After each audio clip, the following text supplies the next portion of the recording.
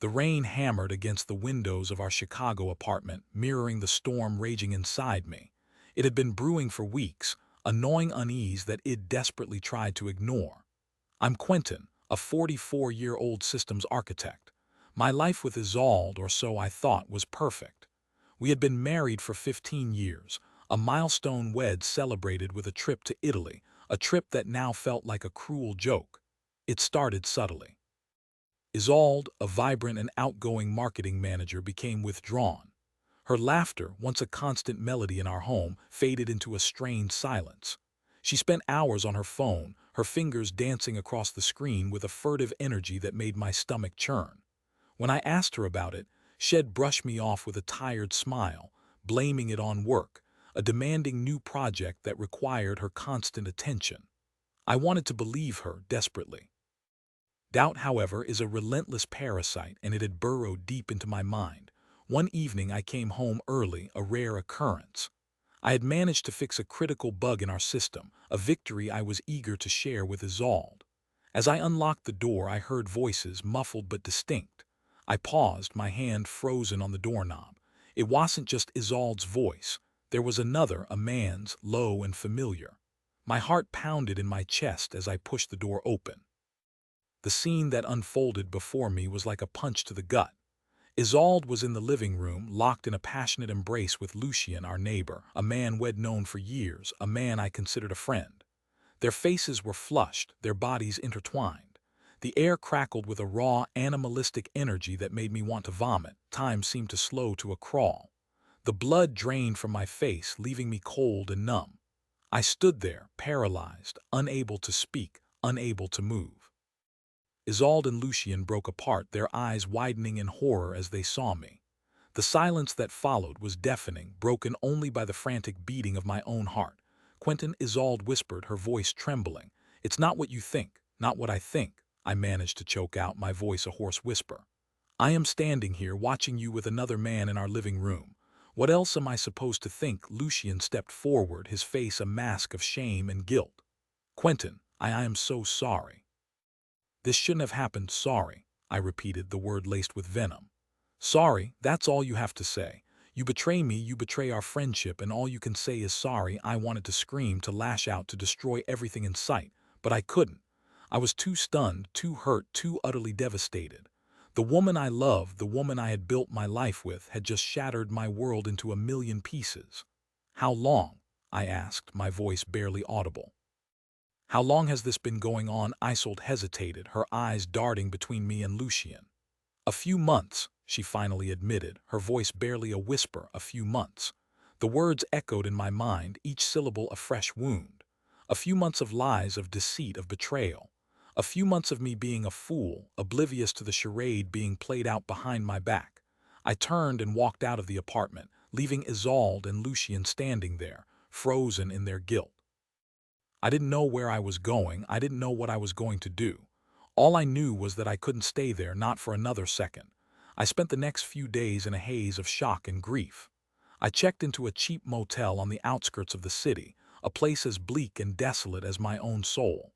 I couldn't eat, I couldn't sleep. I just lay there, staring at the ceiling, replaying the scene in my mind, torturing myself with the images of Isolde and Lucian together. Friends called, concerned about my absence. I ignored their calls, unable to face their pity, their sympathy.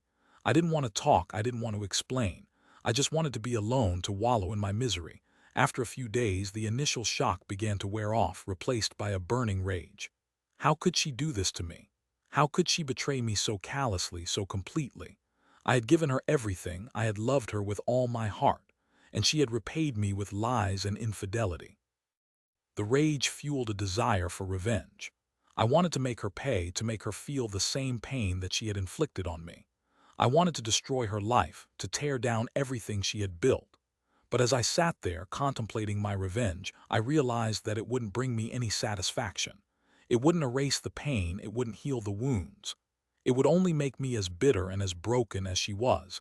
Instead, I decided to focus on myself, on rebuilding my life. I started by contacting a lawyer, filing for divorce. I wanted to sever all ties with Isolde, to erase her from my life completely. The divorce was messy, as divorces often are. Isolde tried to paint me as the villain, accusing me of being controlling and emotionally distant. She claimed that I had driven her into Lucian's arms, that I was responsible for her infidelity. But I had evidence: text messages, emails, witness accounts. The truth was on my side, and in the end, the judge ruled in my favor. I got the apartment, I got a fair share of our assets, and I got my freedom. Isolde, on the other hand, was left with nothing. Lucian had left her, unable to handle the fallout from their affair. She lost her job, her friends, and her reputation. She was a pariah, shunned by everyone who had once known her. I didn't gloat, I didn't celebrate. I simply moved on, focusing on my work, on my hobbies, on rebuilding my life. It wasn't easy, the pain lingered for a long time. But slowly, gradually, I began to heal. I started dating again, cautiously at first. I met some wonderful women, women who were kind, intelligent, and honest. I learned to trust again, to open my heart again. Eventually, I met Orla, a talented musician with a warm smile and a kind heart. She was everything Isolde wasn't: genuine, compassionate, and loyal. We fell in love, slowly and deeply. We built a life together, a life based on trust, honesty, and mutual respect. We got married in a small ceremony surrounded by our closest friends and family. It was the happiest day of my life. Years passed.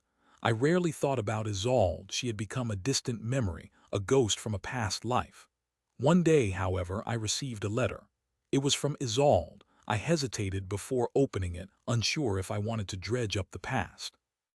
But curiosity got the better of me, and I tore open the envelope.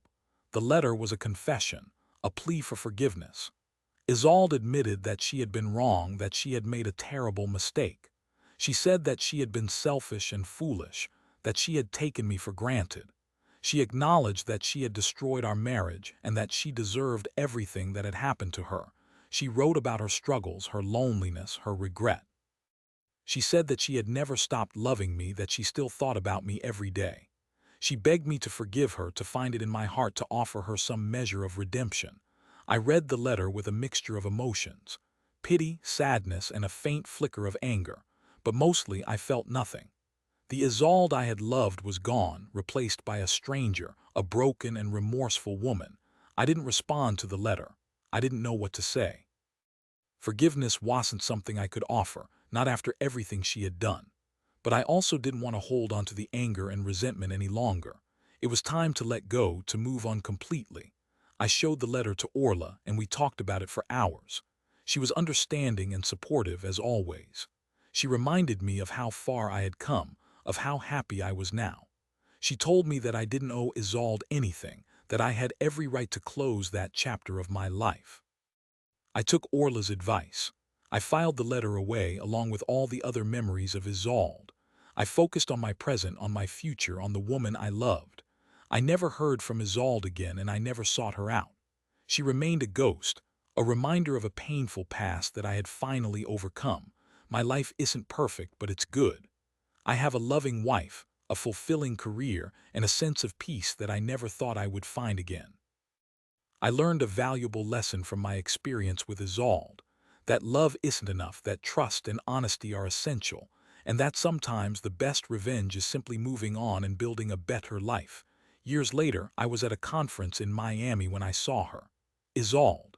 She looked older, worn, and a shadow of the vibrant woman I once knew. She was alone, sitting at a table in the hotel lobby, nursing a drink. I almost didn't recognize her. Our eyes met for a fleeting moment, and I saw a flicker of recognition, of shame in her eyes. She quickly looked away. I felt a pang of something, not quite sympathy, but perhaps a distant echo of the love I once had for her. But it quickly faded. I was with Orla, and my life was full. Isolde was a ghost, a reminder of a past I had survived. I turned away and walked on, leaving her alone with her regrets. My story is a testament to the resilience of the human spirit, a reminder that even after the most devastating betrayals, it is possible to heal, to forgive, if not forget, and to find happiness again. It's a story of heartbreak, but also a story of hope, a story of survival. One evening, while Orla was away on tour, I received a call from an unknown number. Hesitantly, I answered. A weak, raspy voice spoke on the other end. It was Isolde. She wasn't calling for forgiveness this time. She was calling to tell me that Lucian, her former lover, had passed away. He had been ill for some time and she had been his caretaker. There was a strange mix of grief and resignation in her voice. She simply wanted me to know, she said, as if sharing this burden would somehow lighten her own. I listened in silence, offering no words of comfort or condemnation. When she was finished, I simply said, "I'm sorry to hear that," and hung up. The call left me strangely unsettled, a reminder of the tangled web of our past. But it also reinforced how far I had come, how different my life was now. I had built a new foundation, one that could withstand the tremors of the past. One sunny afternoon, Orla and I were strolling through Millennium Park, enjoying the vibrant atmosphere. As we passed the Cloud Gate sculpture, the Bean, I noticed a familiar figure sitting on a bench nearby. It was Isolde. She looked even more frail and weary than I remembered. This time she didn't look away. She met my gaze and a faint smile touched her lips. I hesitated, then nodded in acknowledgement. Orla, sensing the tension, gently squeezed my hand. "Who is that?" she asked softly. "Someone from my past," I replied, "a chapter I've closed." We continued our walk, leaving Isolde sitting alone in the park. As we walked away, I felt a sense of closure, a final letting go. The past was behind me and my future was bright. This is my story, a story of betrayal, heartbreak, and ultimately redemption. It's a story that has shaped me, made me stronger, and taught me the true meaning of love and loyalty. I hope it resonates with you, and that it gives you the strength to overcome any challenges you may face in your own life.